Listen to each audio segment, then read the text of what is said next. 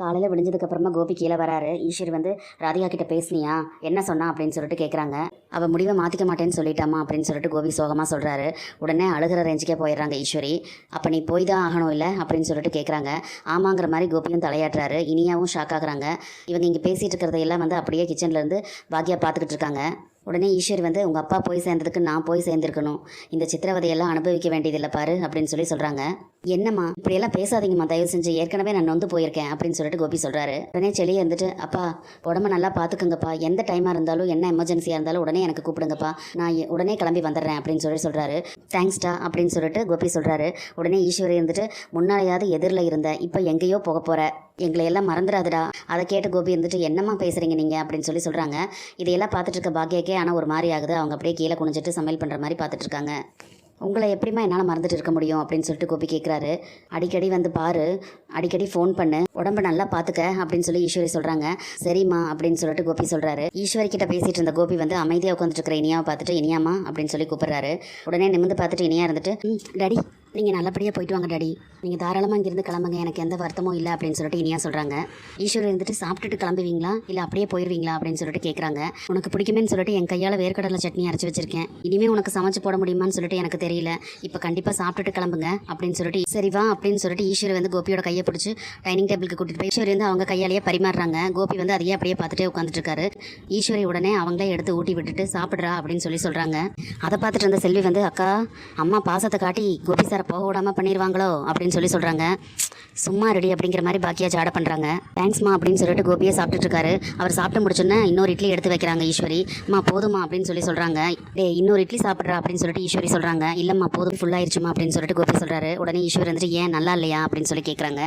என்னம்மா இப்படி சொல்லிட்டீங்க, உங்கள் கையால் சமைச்ச சாப்பாடு எப்படிமா நல்லா இல்லாமல் போகும் அப்படின்னு சொல்லி, ஆனால் இப்போ எனக்கு பசிக்கலம்மா அப்படின்னு சொல்லிட்டு எந்திரிச்சு போய் கோபி கை கழுவிட்டு வந்துடுறாரு. கை கழுவிட்டு வந்த கோபி வந்து பாக்கியாவை பார்த்துட்டு நான் இங்கே இருக்கிற வரைக்கும் ரொம்ப சந்தோஷமாக இருந்தேன், நான் இங்கே இருக்கிற வரைக்கும் நான் எந்த துரோகம் பண்ணியிருந்தாலும் அதையெல்லாம் மன்னிச்சிட்டு நீங்கள் என்னை நல்லா பார்த்துக்கிட்டீங்க, அதை நான் காலத்துக்கும் மறக்க மாட்டேன் அப்படின்னு சொல்லி பாக்கியாவை பார்த்துட்டே வந்து ஈஸ்வரி கிட்ட வந்து தேங்க்ஸ்மா அப்படின்னு சொல்லி சொல்கிறாரு.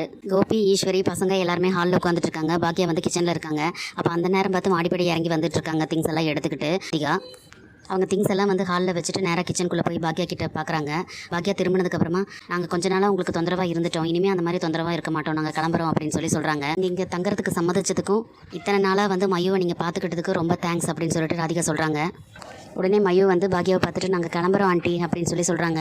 உடனே பாக்கியா வந்து மயுவை அப்படியே பார்த்துட்டு கட்டி அணைச்சிட்டு நெத்தியில் முத்தம் கொடுக்குறாங்க. உனக்கு சொல்கிறதுக்குன்னு எதுவுமே இல்லை மயு, அம்மாவுக்கு எந்த தொந்தரவும் கொடுக்காம இருக்கிற நல்ல பொண்ணு நீ, எப்போவுமே இப்படியே இருக்கணும், நல்லா படிக்கணும், பெரிய ஆளாக வரணும் சரியா அப்படின்னு சொல்லி பாக்கியா சொல்கிறாங்க. சரிங்க ஆண்டி அப்படின்னு சொல்லிட்டு மயு சொல்கிறாங்க. உடனே ராதிகா அப்படியே பார்த்துட்டு சரி நாங்கள் வரோம் செல்வி அப்படின்னு சொல்லி செல்வியை பார்த்து சொல்கிறாங்க. சரிங்க மேடம் அப்படின்னு சொல்லி செல்வியும் சொல்லிடுறாங்க. உடனே ராதிகா வந்து ஜெனியை பார்த்துட்டு நானும் பார்த்துக்கிட்டே தான் இருக்கேன், பாக்கியா என்னதான் விழுந்து விழுந்து கவனிச்சிட்டாலும் நீ வந்து சரியாக சாப்பிட்றதே இல்லை, நல்லா சாப்பிடு, யாழினி பாப்பாவையும் நல்லா பார்த்துக்க, என்ன செக்கப்க்கெல்லாம் கூட ரெகுலராக போக மறக்காமல் அப்படின்னு சொல்லி ஜெனிக்கு அட்வைஸ் பண்ணுறாங்க. சரின்னு சொல்லி அவங்களும் தலையாட்டுறாங்க. உடனே ராதிகா வந்து பாக்கியாவை பார்த்துட்டு கிளம்புறேங்கிற மாதிரி தலையசைக்கிறாங்க. பாக்கியாவும் அப்படியே தலையசைக்கிறாங்க அப்படின்னு சொல்லி ரெண்டு பேரும் கிச்சன்லேருந்து வெளியே போகிறாங்க. படிக்கட்டுக்கிட்ட வச்சிருந்த திங்ஸு பேகு எல்லாத்தையும் எடுத்துகிட்டு ராதிகா நடுகாலில் கொண்டு வந்து வச்சுட்டு திரும்பி எல்லாத்தையுமே பார்க்குறாங்க. கோபி வந்து அப்படியே வருத்தத்தோடய அப்படியே பார்க்குறாரு. ஈஸ்வரியும் வந்து அப்படியே ஒரு அரமணசோடவே பார்க்குறாங்க. ராதிகா திரும்பி வர சொல்லியா அப்படின்னு சொல்லி சொல்கிறாங்க. செலினும் சரிங்கிற மாதிரி தலையாட்டுறாரு. உடனே உட்காந்துட்டு இருந்த கோபி எந்திரிச்சு அம்மா நான் போய் என் திங்ஸ் எல்லாம் எடுத்துகிட்டு வரேம்மா அப்படின்னு சொல்லிட்டு அந்த பக்கம் போகிறாரு. உடனே ஈஸ்வரி வந்துட்டு கோபி நீ மாடிக்கு போகாத, செலியும் போய் உன்னோட திங்ஸ் எல்லாம் எடுத்துகிட்டு வரட்டும் அப்படின்னு சொல்லிட்டு செலியா போய் நீ உன் டேடியோட திங்ஸ் எல்லாம் எடுத்துகிட்டு வா அப்படின்னு சொல்லி ஈஸ்வரி சொல்கிறாங்க. நாளைக்கு 50 தடவை மாடி ஏறி இறங்குறதெல்லாம் வந்து கோபிக்கு நல்லதில்லை, அதெல்லாம் நீ ஞாபகத்தில் வச்சுக்க, முன்ன மாதிரி சண்டை போடுறதெல்லாம் வச்சுக்காத இனிமேல், அதை தாங்கிக்கிற மனநிலையும் உடல்நிலையும் என் பையனுக்கு இல்லை அப்படின்னு சொல்லிட்டு ரொம்ப ஃபீல் பண்ணி சொல்கிறாங்க ஈஸ்வரி. உடனே ராதிகா வந்து நான் அவரை அப்படின்னு சொல்ல வரதுக்குள்ள ஈஸ்வரி வந்து கையை காமிச்சு நீ எதுவும் சொல்ல வேண்டாம் அப்படின்னு சொல்லிட்டு செலியா நீ போய் அப்பாவோட திங்ஸ் எல்லாம் எடுத்துகிட்டு வா அப்படின்னு சொல்லிட்டு அனுப்புகிறாங்க. செலியை எடுக்கிறதுக்காக திரும்புறாங்க. உடனே ராதிகா வந்துட்டு செலியனை தடுத்து நிறுத்திட்டு கோபியோட திங்ஸ் எல்லாம் நீ எதுவுமே எடுக்க வேண்டாம் அப்படின்னு சொல்லிட்டு செலியன்கிட்ட சொல்கிறாங்க. அதை பார்த்தா ஈஸ்வரி வந்துட்டு ஏன் அதையும் கோபி தான் எடுக்கணுமா அப்படின்னு சொல்லிட்டு கேட்குறாங்க. கோபியோட திங்ஸை எடுக்கவே வேண்டாம் அப்படின்னு சொல்லி சொல்கிறாங்க. கோபி உடனே எதுக்கு அப்படின்னு சொல்லிட்டு கேட்குறாங்க. அதெல்லாம் இங்கேயே இருக்கட்டும் அப்படின்னு சொல்லி ராதிகா சொல்கிறாங்க. ராதிகா நீ ஏன் இப்படி சொல்கிற, எனக்கு எதுவுமே புரியலையே அப்படின்னு சொல்லிட்டு கோபி கேட்குறாரு. இந்த வீட்டிலேருந்து யார் யார் போகிறாங்களோ அவங்களோட திங்ஸ் மட்டும் எடுத்தால் போதாதா அப்படின்னு சொல்லிட்டு ராதிகா கேட்குறாங்க. அதை கேட்ட மொத்த குடும்பமும் வந்து குழப்பத்தில் அப்படியே ஒருத்தர் பார்க்குறாங்க. உடனே கோபி இருந்துட்டு நம்ம 3 பேரும் தானே போகிறோம் அப்படின்னு சொல்லி கேட்குறாரு. சொன்னேன் ஆனால் இப்போ நம்ம 3 பேரும் போகலை. எதுவுமே புரியாமல் எல்லாருமே பார்க்குறாங்க. உடனே ராதிகா இருந்துட்டு நானும் மையும் தான் இந்த வீட்டை விட்டு இப்போ போகிறோம் அப்படின்னு சொல்கிறாங்க. அதை கேட்ட எல்லாத்தோட முகத்துலையுமே வந்து அப்படியே ஒரு அதிர்ச்சி ஆகுது. கோபி உடனே என்ன ராதிகா என்ன சொல்கிற நீ, எனக்கு ஒன்றுமே புரியலையே அப்படின்னு சொல்லி கேட்குறாரு. நீங்கள் இங்கே தான் இருக்க போகிறீங்க கோபி, நானும் மையும் தான் இந்த வீட்டை விட்டு போகிறோம் அப்படின்னு சொல்லிட்டு ராதிகா சொல்கிறாங்க. அதை கேட்டு எல்லாத்த விட பாக்கியாக்கு தான் பயங்கர ஷாக் ஆகுது. என்ன ராதிகா என்னமோ பேசுகிற நீ, எனக்கு எதுவுமே புரியலையே ராதிகா அப்படின்னு சொல்லிட்டு குழப்பத்தில் கோபி கேட்குறாரு. என்ன சொல்கிற ராதிகா, நைட்டு நீ என்ன சொன்ன, நம்ம 3 பேர் தான் இங்கிருந்து கிளம்புறோம்னு சொன்னேன் இல்லை, இப்போ நீ மாற்றி மாற்றி என்னென்னமோ பேசுகிற, எதுக்கு இப்போ இந்த திடீர் முடிவு? ஓ நீ எனக்கு நீயும் வேணும் மையும் வேணும் என் குடும்பமும் வேணும்னு சொல்லி நான் சொன்னதுக்காக நீ என்கிட்ட கோச்சிக்கிட்டியா அப்படின்னு சொல்லிட்டு கோபி கேட்குறாரு. நீ கோச்சிக்காத ராதிகா, நம்ம 3 பேர் இந்த வீட்டை விட்டு போகிறதுக்காக என் மனசை நான் நல்லா தயார்படுத்தி வச்சுக்கிட்டேன் அப்படின்னு சொல்லிட்டு அப்படியே சொல்கிறாரு. நான் கோவப்பட்டெல்லாம் எந்த முடிவும் எடுக்கல, தெளிவாக யோசிச்சு தான் முடிவு எடுத்திருக்கேன் அப்படின்னு சொல்லிட்டு ராதிகா சொல்கிறாங்க. நானும் மையும் மட்டும்தான் இப்போ போகிறோம். இந்த வீட்டை விட்டு நான் இப்போ உங்களை விட்டுட்டு போகிறது கூட உங்களை ரிவெஞ்ச் எடுக்கிறதுக்காகவோ இல்லை உங்களை கஷ்டப்படுத்துறதுக்காகவோ இல்லை. உங்கள் கண்ணத்திலேயே இருந்தால் கூட உங்கள் மனைவியாக உங்களுக்கு நான் என்னால் எதுவுமே செய்யவே முடியலை. அதான் கண்காணாத இடத்துக்கு போயிடலான்னு சொல்லிட்டு அந்த முடிவை நான் எடுத்தேன். திரும்ப நீங்கள் வந்து கூப்பிட்றதுக்கும் எனக்கு 2 காரணம் தான் இருந்துச்சு. உங்களுக்கு உடம்பு சரியில்லாத நேரத்தில் உங்களை காயப்படுத்தக்கூடாது. இன்னொன்று, என்னதான் நடந்தாலும் உங்கள் பக்கத்திலே இருக்கணும் அப்படிங்கிற என்னோட அடிமனசில் ஒரு ஆசை இருந்தது. அதனால தான் நான் வந்தேன். இல்லைன்னா என் வாழ்க்கையில் நான் ரொம்ப ரொம்ப அவமானப்பட்ட இடத்துக்கு திரும்ப வந்திருக்கவே மாட்டேன். ஆனால் நான் இங்கே வந்ததுக்கப்புறம் தான் வேற ஒரு விஷயத்தையும் நல்லா புரிஞ்சுக்கிட்டேன் கோபி. இத்தனை நாளாக நான் பார்க்க தவறின விஷயத்த நான் இங்கே வந்து பார்த்தேன். இந்த வீட்டில் இருக்கும்போது நீங்கள் வேற ஒரு ஆளாக இருக்கீங்க கோபி. ரொம்ப ரொம்ப சந்தோஷமாக ரொம்ப லைவ்லியான ஒரு ஆளாக இருக்கீங்க. ஏய் ராதிகா என்ன நீ அப்படின்னு சொல்லிட்டு கோபி சொல்ல வராரு. நான் முடிச்சிடுறேன் கோபி. அந்த வீட்டில் இருக்கும்போது நீங்கள் ஒரு நாளைக்கு ஒரு தடவை சிரித்தாலே அது ரொம்ப பெரிய விஷயம். ஆனால் இங்கே நீங்கள் நாள் முழுக்க சிரிச்சுக்கிட்டே இருக்கீங்க, ரொம்ப சந்தோஷமாக இருக்கீங்க. உங்கள் உடம்பு மனசும் இந்த வீட்டில் இருக்கிற வரைக்கும் ரொம்ப நல்லாவே இருக்குது. இங்கே தான் நீங்கள் சந்தோஷமாக இருக்கீங்க கோபி, அதனால் நீங்கள் இங்கே தான் இருக்கணும். அதனால் இனிமேல் நீங்கள் இங்கேயே இருங்க அப்படின்னு சொல்லி ராதிகா சொல்கிறாங்க. ராதிகா அப்படி சொன்னதை கேட்டோன்னா பாக்யாக்கு ஈஸ்வரிக்கு பயங்கர ஷாக் ஆகுது. உடனே கோபி இருந்துட்டு நான் இங்கே இருக்கேன்னா அப்படின்னா நீயும் மையுவும் அப்படின்னு சொல்லி கேட்குறாரு. என்னால் இங்கே இருக்க முடியாது, அதனால் உங்கள் சந்தோஷத்தை பறிக்க நான் விரும்பலை, அதனால் நான் என் பொண்ணை கூப்பிட்டு போயிடுறேன் அப்படின்னு சொல்லிட்டு ராதிகா சொல்கிறாங்க.